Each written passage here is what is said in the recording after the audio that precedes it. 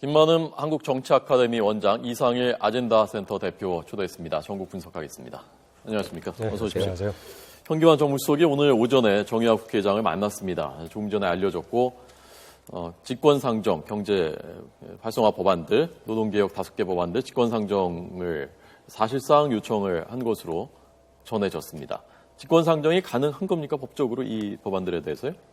주관적인 판단이 가능하겠지만 이미 정의학 국회의장이 직권상정 대상이 아니라고 분명하게 이야기를 했죠. 네. 상식적으로 보더라도 직권상정 대상은 아닌 것 같고요. 청와대 쪽에서 올해 안에 이 문제를 처리해야 된다는 그런 심정은 충분히 이해를 합니다. 박근혜 대통령이 늘 강조해왔기 때문에. 그러면 그렇게 통과시키기 위해서 어떻게 해야 될 것인가. 어떤 부분은 또 야당과의 타협이 필요하겠고, 야당과 이견이 있더라도 이 문제만큼 정말 해달라고 좀 호소할 수 있겠고, 다양한 방법이 가능하겠죠. 그렇잖아도 어제 이 문제 관련해가지고 새누리당 내부에서 조원진 의원, 이장우 의원 등이 뭐 그런 비슷한 얘기를 해가지고, 심지어는 국회의장이 이 문제를 직권상정하지 않으면 해임 건의안까지 하겠다 어쩌고 뭐 얘기 나와가지고 복잡했죠. 그래서 오늘 정의학 국회의장이 굉장히 강한 불쾌감까지 표현했는데요. 그렇습니다. 아까 현기환 정무수석이 와서 전달했던 내용을 들어보면은 지금 이제 선거구 획정 관련된 법안들 직권상정 얘기를 정의학 국회의장이 꺼냈지 않습니까? 그 얘기를 향해서 하는 말이 국회의원들 자기 밥그릇만 챙기는 일 하지 말고 국민을 향한 경제 활성 관련 법안을 하는 게 우선이다라고 했는데, 사실 지금 이제 선거구 획정 문제는 현역 의원들이 자기들 밥그릇만 챙기느라고 법으로 정해진 일정 지키지 않고 있다고 문제가 되는 거 아니겠습니까? 예. 그런데 선거구 획정 관련된 문제를 지금 빨리 시급하게 하는 것이 오히려 맞는 이야기지 국회의원들의 밥그릇 챙기는 문제는 아니다라고 보고요. 그리고 과거의 유신시대 같으면은 팔선조치 같은 긴급조치를 통해서 했던 부분들이 있긴 합니다. 경제 관련 부분들이. 항상 우리가 보면 경제는 상당히 어려운 상황이죠. 그래서 긴급하긴 하지만 이것이 직권상정의 대상은 아니다라는 거고요. 또 하나, 이번 특히 이제 그 노동개혁 관련 5개 법안의 경우에는요, 그냥 일반적인 행정부에서 제안해서 만든 입법 과정도 아니고 그만큼 사회적인 합의가 필요하기 때문에 네. 노사정위원회까지 가동했던 거 아니겠습니까? 예. 그런데 이걸 처리하는 과정에서 마지막에 이렇게 직권상정 방식으로 밀어붙이는 것이 저는 맞지 않다고 보고, 현실성도 저는 없다고 봅니다. 네. 그러니까 청와대 설명은 지금 직권상정할 수 있는 요건 중에 하나가 국가 비상사태인데 거기에 지금 준하는 것 아니냐, 지금 경제 상황이 그거거든요. 이 대표님 어떻게 보십니까? 물론 이 경제 상황을 가지고 현재 국가 비상사태로 규정할 수 있냐는 충분히 논란의 여지가 많고, 사실 일반적으로 이렇게 잘 받아들여지지는 쉽게 수긍할 수는 없는 부분이 많습니다. 그렇지만 결국 이 문제를 바라보는 거는 정부 입장에서는 그만큼 강한 이 법안들을 지금 추진해서 뭔가 해보고 싶다는 의지의 표현이라고 저는 이해가 되고요. 이제 이 문제에 대해서 결국 이게 정치권이 그동안 이제 정치권 내부에서 뭐 선거구 획정 문제라든가 각 당 내부의 이제 공천룰 경쟁이라든가 뭐 논란이라든가 뭐 이런 어떤 그런 문제들에 몰두하는 것만큼 어떤 이런 법안에 대한 문제들을 왜 되고 왜 안 되는지 이렇게 국민들한테 과연 설명을 제대로 했는지, 만약 그런 것들이 좀 충분히 같이 병행돼서 이루어져야지만 어떤 정치가 국민과 어떤 국가에 대한 충분한 책무를 다하고 있다는 인식을 심어줄 수 있을 텐데, 이런 부분들이 잘 되고 있지 않기 때문에 결과적으로 어떤 정치가 불신을 받고 비판받는 그런 여론들이 형성되는 게 아닌가 이렇게 생각이 되거든요. 네. 정의학 국회의장이 오늘 그 현기환 수석 얘기로는 그 말을 듣고 어떤 반응을 보였느냐라고 하니까 현기환 수석이 야당의 입장을 고려해서 그 반응은 얘기해 줄 수 없다라고 기자들한테 했다는데, 정의학 국회의장이 어떻게 반응할까요? 청와대가 정무수석 보내서 요구한 건데 그냥 완전히 무시하기 또 어려운 거 아닙니까? 허준석 기자가 현장에 출입하고 있다면 이거 어떻게 보겠습니까? 경제 관련도 이기사항을 볼 수 있겠지만 직권상정 조항인 지금 국가 비상사태에 준하는 걸로 이걸 해석해서 한다라는 게 얘기가 안 되죠. 지금 경제 법안 때문에 정말 국가 비상사태를 초래할 정도라면은 박근혜 대통령은 국회 찾아와서 호소하고 난리를 하는 게 맞지 않겠습니까? 네. 국회를 통해서 소통 칠 일이 아니라.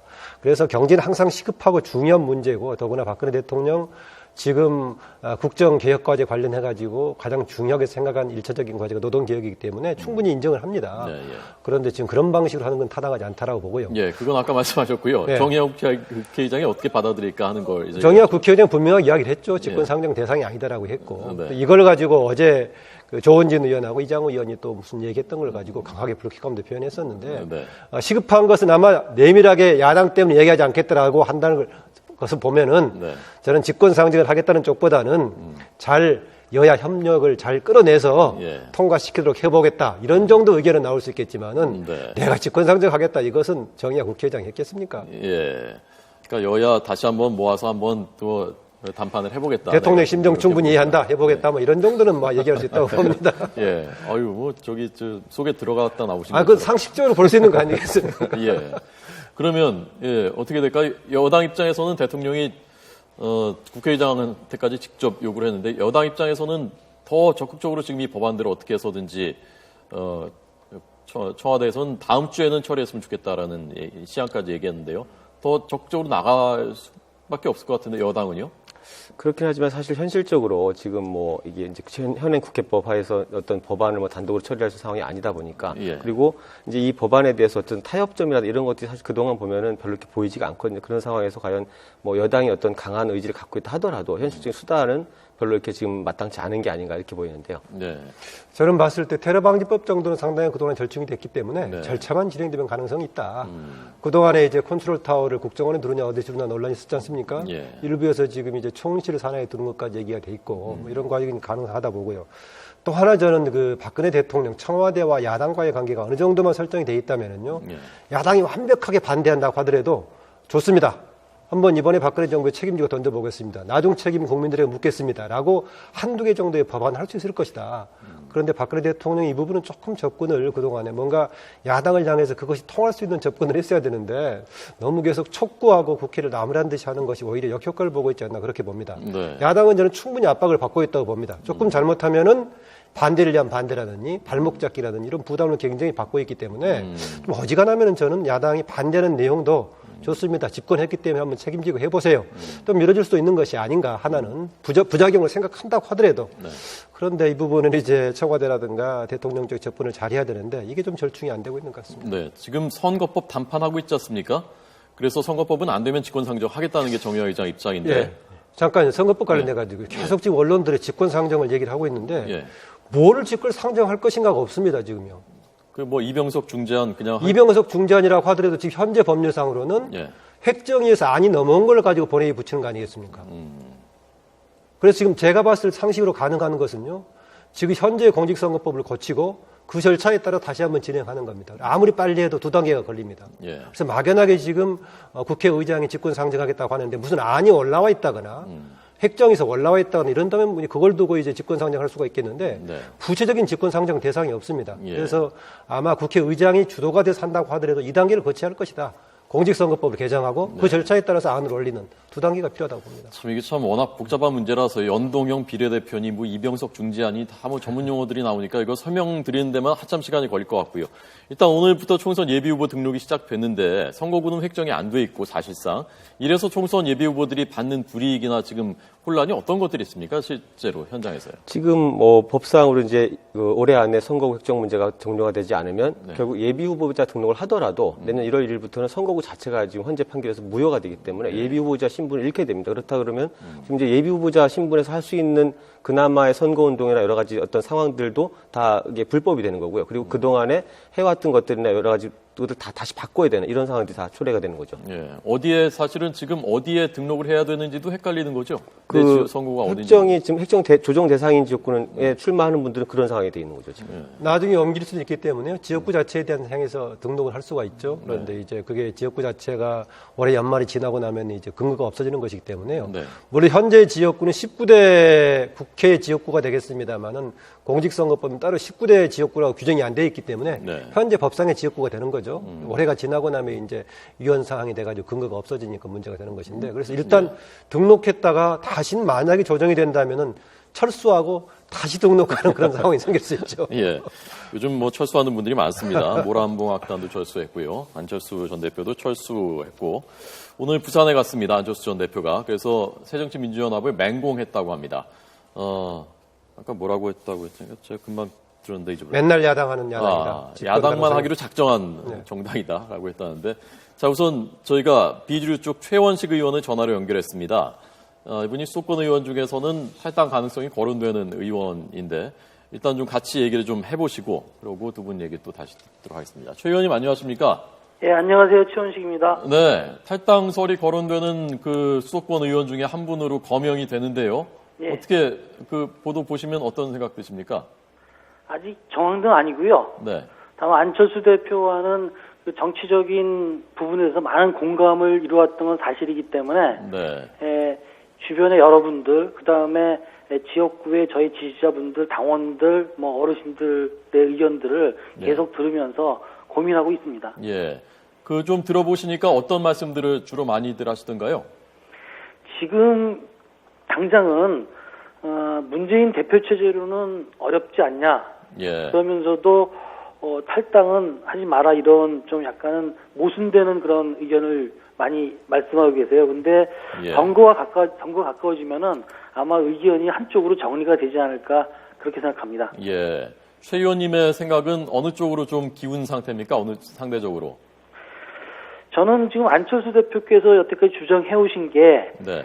성찰적 진보, 합리적 보수를 아우르는 정치, 진보와 중도를 통합하고 아우르는 정치, 또 진영 논리를 넘는 사회통합형 정치 질서가 필요하다. 이런 주장에 대해서 좀 적극 공감합니다. 왜냐하면 우리 당이 외연을 넓혀서 중도를 포괄해야지 승리할 수 있거든요. 예. 그렇기 때문에 그런 어떤 정치적인 신념도 있고요. 또 한편으로는 저의 지지자나 아니면 저희 지역에서 그런 공감대가 충분히 형성되고 움직이는 게 네. 책임 있는 정치인의 자세이기 때문에 예. 그런 양쪽의 가치를 같이 동시에 고민하고 있습니다. 예.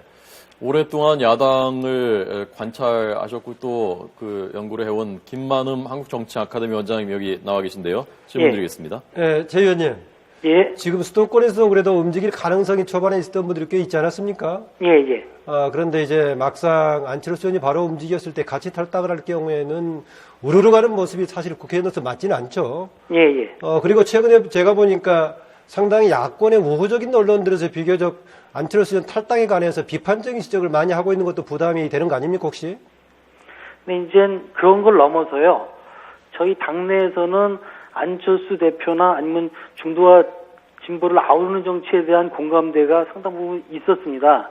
그런데 다만 안철수 대표의 탈당이 갑자기 나온 것이고 준비된 게 아닌 것이라서 당황하고 그렇다면은 이게 우리 한국 정치 질서에 어떤 의미를 가지고 거기에서 우리가 어떤 기여를 할 것인가 그리고 그 자기가 지키고 있는 지역에서 공감을 얻을 수 있을 것인가 이런 고민을 이제부터 차분히 시작하는 거죠. 그래서 의외로 그 밑에서는 많은 출렁이는 부분이 있습니다. 밖에 예. 보기와는 달리. 예. 그 지역의 이제 유권자들, 이제 지역의 당원들 또 국민 여론의 추이도 굉장히 중요한 변수가 되겠지만은 예. 혹시 지금 당 내부에서 향후 지도 체제를 어떻게 갈 것인가 논란이 있지 않습니까? 예, 예. 문재인 대표를 중심으로 단결하자라는 얘기도 있고 예. 문재인 대표가 탈당에 대한 책임 있는 거 아니냐라는 비판적인 지적이 김부겸 의원 등이 얘기하고 있죠. 예. 이런 향후의 지도 체제가 어떻게 재편되느냐에 따라서 탈당에 대한 변수도 되겠습니까? 그것도 될 수가 있죠. 지금 안철수 대표나 문재인 대표나 이렇게 분열에 대한 책임을 공유하지만은 일단 당대표인 문재인 대표의 책임도 피할 수 없는 거거든요. 그래서 지금 당장은 문재인 대표가 사퇴하고 좀 통합과 혁신을 이뤄낼 수 있는 비대위가 제대로 구성돼서 수습한다면은 아마 탈당을 고민하는 의원들 중에서는 많이 더 주저하실 겁니다. 예. 반대로 그 문재인 대표 체제로 계속 간다면 어떻게 되겠습니까? 문재인 대표 체제인데 문재인 대표가 안철수의 정치를 서로 공존하고 인정하는 것을 그만두신 거거든요. 사실은 탈당을 안 막았기 때문에. 그리고 문재인 스타일의 정치를 고집하신다 그러면 아마 당내 분열은 더 가속화되지 않을까 그렇게 추측합니다. 네. 자, 이번에 청와대 정무수석실 행정관 지낸 이상일 대표, 아젠다센터 대표가 질문 드리겠습니다. 예. 예, 저는 결국 이 수도권에서 지금 이런 움직임들이 결국 안철수 신당이라는 어떤 형태에 대해서 뭔가 기대감을 갖고 있는 분들이 이것을 성공시키는 주체가 되거나 내지는 어떤 이제 참여한 어떤 객체가 되거나 어떤 선택의 문제가 있을 거라고 보는데요. 결과적으로 이런 어떤 정치적인 가치나 어떤 당의 운영 형태가 됐든 어떤 그런 새로운 정치에 대한 가치를 가지고 어떤 새로운 세력을 만드신다면은 이런 것들이 그러니까 스스로 좀 주체적으로 이것을 당을 만들어가는 과정에 합류하셔야 되는 그런 어떤 세력이 있어야 될 거라고 보는데 그런 논의들이 현재 진행이 어떻게 되고 있는지 이런 부분이 좀 궁금하거든요. 지금 밖에서는 언론이나 아니면 밖에서는 좀 안철수 대표가 탈당하면 바로 쫙쫙 탈당하는 그런 게 있어야지 힘을 받지 않냐 이렇게 생각을 하시는데 아까 말씀드린 것처럼 안철수 대표 탈당이 미리 준비된 게 아니기 때문에 기존의 정치적인 가치는 상당히 공유했지만은 이걸 어떤 정치적인 체제로 아니면 뭐 당이나 뭐 이런 체제로 현실화시키려면 시간이 필요합니다. 그래서 그런 논의들이 지금 저희가 시작을 하고 있죠. 네. 그래서 그 논의가 구체화되고 그리고 그 논의의 진행 속도에 따라서 더 탈당도 아마 거기에 맞춰서 일어날 것 같은데요. 일단 저희가 어제 오늘 분위기를 보니까 그 호남에서는 벌써 분위기가 문재인 대표 추진은 안 된다는 여론이 더 압도적인 것 같아요. 밑바닥 분위기를 우리가 느끼는. 그래서 호남에 계신 의원들부터 탈당이 다음 주부터는 많이 들지 않을까 이렇게 추측합니다. 네.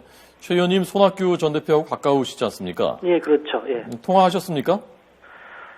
불어 안 했습니다. 왜냐하면 이렇게 이런 걸 가지고 모르실 분이 아닌데 이런 걸 가지고 말씀드리는 자체가 나름대로 또 부담을 드리는 것 같아서 통화를 안 했습니다. 예, 전혀 연락 안 하셨군요.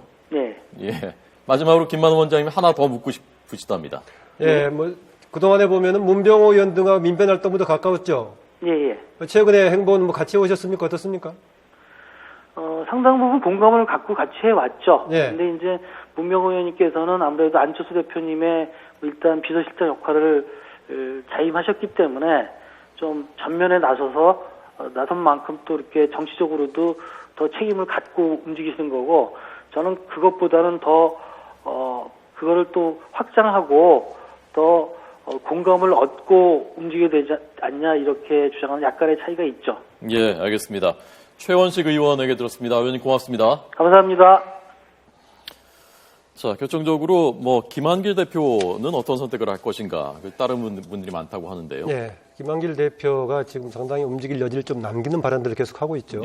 안철수 의원 탈당했을 때도 지금 막무가내식 패권 정치가 안철수 의원을 몰아냈다, 전 대표를 몰아냈다 얘기를 하고 있고요. 우리가 거꾸로 돌아가 본다면은요, 지난해 6.4 지방선거를 앞두고 3월 2일 날 이제 안철수 당시에 이제 새정치 추진 위원장이 통합을 선언했을 때요, 만약에 당시 김한길 당대표가 아니고 문재인 대표였다면 통합했을까요? 안 했겠죠. 안 했겠죠. 그 점에서 간다면은 이제 김한길 안철수 공동체제가 깨지는 과정에서부터 이제 계속 과거에 또 후보 단일화 과정까지 연관해가지고 사실상은 여러 가지 혁신도 이야기하고 있지만 언론들이 진단하다시피 문재인 대표하고는 같이 갈 수 없는 그런 인식을 기본적으로 안철수 전 대표가 좀 가지고 있었던 게 아닌가 그런 생각입니다. 더불어서 그 부분에 대한 문제의식을 상당 부분 김한길 대표 좀 공유하고 있는 느낌이 있어서 움직일 소지가 있다. 만약에 김한길 대표가 바로 결정을 하지 않겠지만은 움직인다고 하면은 혼자만 움직이는 것이 아니라 몇 사람 동반 움직일 가능성도 있다라고 봅니다. 예, 이 대표님은? 저는 결국 이게 타이밍의 문제라고 보는데요. 이제 어떤 명분이라는 것들을 축적해가는 과정이 있어야 되고, 그리고 사실 안철수 신당이 만약에 어떤 구체적인 형태를 갖추게 될 경우에는 여러 어떤 정치 세력들이 연합하는 형태가 될 수가 있는데, 그 속에서 과연 그런 새로운 정치 어떤 이런 가치들을 지켜내는 형태로 당을 구성할 수 있을 것이냐의 문제와 누가 주도를 할 것이냐의 문제, 두 가지를 가지고 국민들께 어떤 그림을 내놓을 것인가에 대한 고민이 있을 것이고, 그런 고민들이 아마 좀 정리가 된다 그러면 움직임이 좀 있을 수 있지 않겠나 생각이 됩니다. 예. 지금 최원식 의원 얘기를 들어봐서는 안철수 전 대표가 예컨대 김한길 전 대표라든가 이렇게 미리 얘기를 쭉 해놓고 일정 짜놓고 언제쯤 되면 같이 움직이고 이런 것까지 안 한 것 같은 그런 느낌인데요. 그러니까 기획에 따른 탈당은 아니었던 걸로 봅니다. 본인이 결정했던 걸로 보고요. 실제로 당에서도 좀 반응이 달랐지 않습니까? 초반에는 중도 그룹들도 안철수 의원의 탈당을 상당히 하지 말라는 쪽으로 압박을 가하는 형태였다가 오늘 얘기가 될지 모르겠습니다만 조국 교수 같은 경우도 계속 안철수 의원한테 압박을 가하면서 비판했었죠.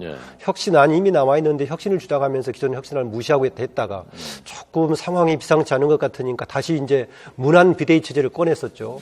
그래서 나중에는 이제 심지어는 유승희 최고를 비롯해가지고 문재인 대표의 사퇴까지 거론될 정도 위기상을 느꼈던 걸 보면은 상황에 따라 진전됐다라 좀 보는 그런 느낌이 있습니다. 그래서 그런 점이 있고요. 또 하나 이제 의원들이 아까 제가 말씀드렸지만은 탈당의 가능성이 있는 사람들의 경우도 지금 안철수 대표가 탈당하니까 우르르 따라간다는 것은 유권자들에게 바람직한 모습은 아니죠. 그래서 여러 가지 가능성이 있어 보이고요. 물론 지금은 서로가 이제 뭔가 새로운 세력을 만들려고 하는 사람은 탈당 가능성이 많은 쪽으로 숫자를 좀 많이 늘리는 쪽이고 예. 현재 당을 지키고자 하는 쪽들은 별로 가능성이 없다고 줄이는 쪽이고 네. 서로 희망사항이 반영돼서 얘기가 되고 있는 거죠. 예. 24일쯤에 그 의원 평가 지금 하고 있지 않습니까? 새정치연합에서. 네. 그 평가 결과가 대략 윤곽이 나올 것이다. 그러면 거기서 공천이 누가 아마 안 될 것 같다라는 윤곽이 나오고 그러면 그때부터 본격적으로 움직이기 시작하지 않겠느냐. 움직이려면 그 전에 움직이는 게 낫지 않겠어요? 그전에요. 살짝 기뜸해가지고 여기서 걸리니까 나갔다는 소리 듣기보다는 그런 점이 있고요. 참고로 현재 지금 나갈 것처럼 많이 얘기가 되고 있는 유성엽, 황지영 의원의 경우에요. 네. 유성엽 의원은 사실 지금 재선 의원 아닙니까? 예, 예. 전에 시장할 때만 새천년민주당 소속을 했고요. 두 번 다 본인이 당선 시절에 무소속으로 당선이 됐습니다. 아, 그랬었군요. 예, 그래가지고 이제 나중에 들어간 것이기 때문에요. 아. 본인이 현재 제1야당을 나가더라도 본인이 경쟁력이 있다라는 것이고요. 황교안 의원도 3번 이제 군수를 했지 않습니까? 예. 3번 군수할 때도 2번의 경우는 소수당 아니면 무소속으로 당선이 됐으니까. 강진에서. 예, 그런 경우죠. 마지막만 이제 단일 당으로 출마했던 케이스가 되니까요. 예. 그래서 두 사람의 경우 우연하게 이제 전북 도당위원장, 전남 도당위원장을 맡고 있으면서 이제 문재인 대표자 충돌한 점도 있지만은 예. 본인의 독자적인 경쟁력도 믿고 있는 좀 그런 경험적인 것도 가지고 있습니다. 네. 정운찬, 박영선 이렇게 회동을 했었다고 하는데 그 가능성에 대해서 어떻게 보십니까, 이 대표님은? 글쎄 안철수 의원 입장에서는 결국 이제 좀 더 국민들한테 어떤 본인이 표방한 정치를 이렇게 어필할 수 있는 그런 세력들과 연대를 하고 싶어 할 것이고 충분히 아마 그 서로 간의 의견 교환이 있을 수 있는 그런 분들이라 생각이 되고요.